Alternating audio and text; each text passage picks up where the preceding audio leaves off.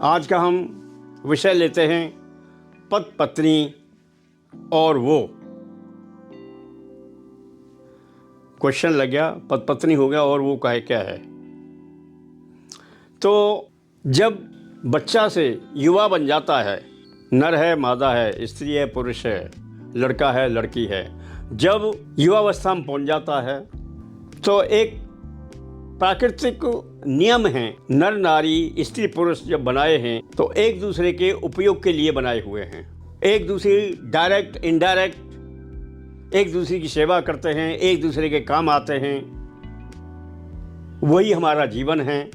स्त्री पुरुष से ही संसार बना है, नर नारी से संसार बना है और ये संसार हमारा आगे तक चलता है, जो एक प्राकृतिक नियम है, देन है। युवावस्था में लड़के लड़कियों की जब शादी हो जाती है, उनका रिश्ता बनता है पति पत्नी, हस्बैंड एंड वाइफ। बड़ी अजीब सी बात है और बहुत ही फैक्ट है, असलियत है। लड़की अपना जीवन लड़के के घर से कहीं दूर पाली जाती है, पलती है, उसका जीवन चलता है, उसके माँ बाप पालते हैं। ऐसे ही लड़की से दूर लड़का अपना जीवन उसके माँ बापों के अधीन पाला जाता है, उसकी शिक्षा दी जाती है, उसको संस्कार दिए जाते हैं। और ये सर्किल हमारा दोनों तरफ से चलता है, मेल और फीमेल में।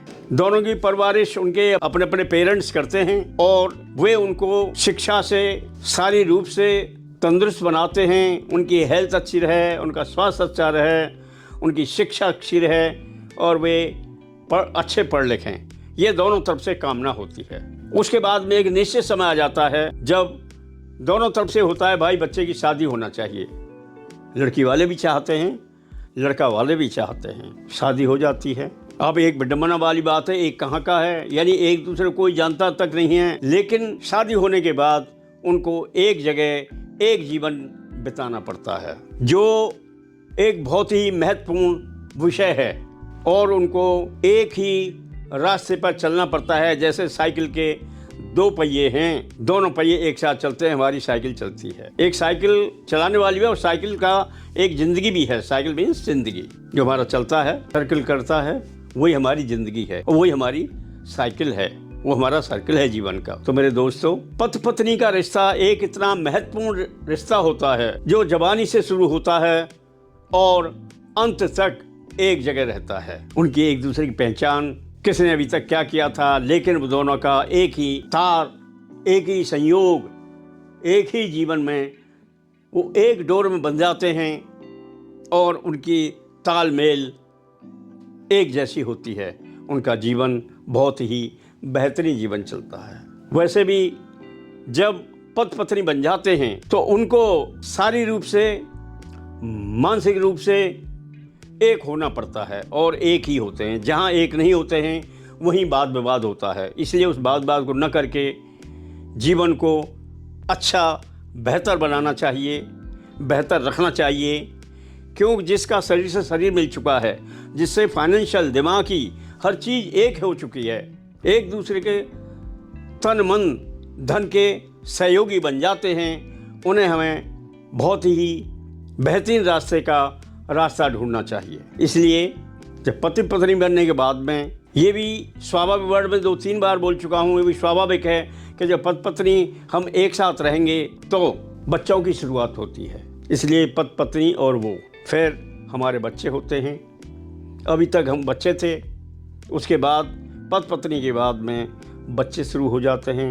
उसी तरह उनको भी अच्छी परवरिश करते हैं, अच्छी शिक्षा देते हैं, अच्छा स्वास्थ्य रखने की कोशिश करते हैं और हम वही माँ बाप से जो सीख के आते हैं वही हम माँ बाप बन जाते हैं। और माँ बाप का रूप हमारा रूप होता है, क्योंकि अभी तक हम युवा थे, आज हम युवा से आगे बढ़ रहे हैं, अब हम माँ बाप बन रहे हैं। इसलिए पति पत्नी और वो, तो जो पत्नियाँ, जो लड़कियाँ अपने घर से जैसा सीख कर आती हैं, कोशिश करती हैं वो मम्मी की तरह काम करें। ऐसे ही लड़का है, अपने पेरेंट्स की तरह वो काम करता है, प्यार मोहब्बत देता है और पूरा रिस्पेक्ट देता है उसको। इसलिए पति पत्नी का जीवन एक इतना बेहतरीन ज़िंदगी होनी चाहिए कि जब हमारा अंग से अंग मिल चुका है, हम जब फाइनेंशियल हर चीज़ में एक हैं, तो हमारी बात करने की सोच भी एक होनी चाहिए और हमें अपना दूसरे को आदर्श दिखाना चाहिए कि पति पत्नी का रूप क्या होता है।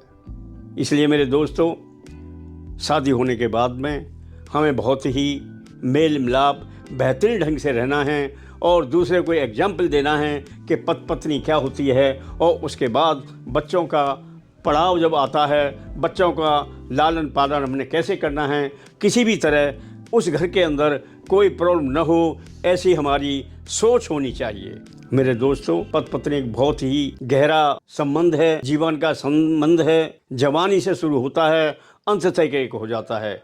इसलिए मेरे दोस्तों, आप अपनी ज़िंदगी बहुत बेहतरीन ज़िंदगी बनाइए, जिससे आपकी आने वाली जनरेशन, आपके बच्चे आपका नाम लें कि मेरे माँ बाप ने मेरे को अच्छी शिक्षा दी और अच्छा रूप दिया है। So thank you very much.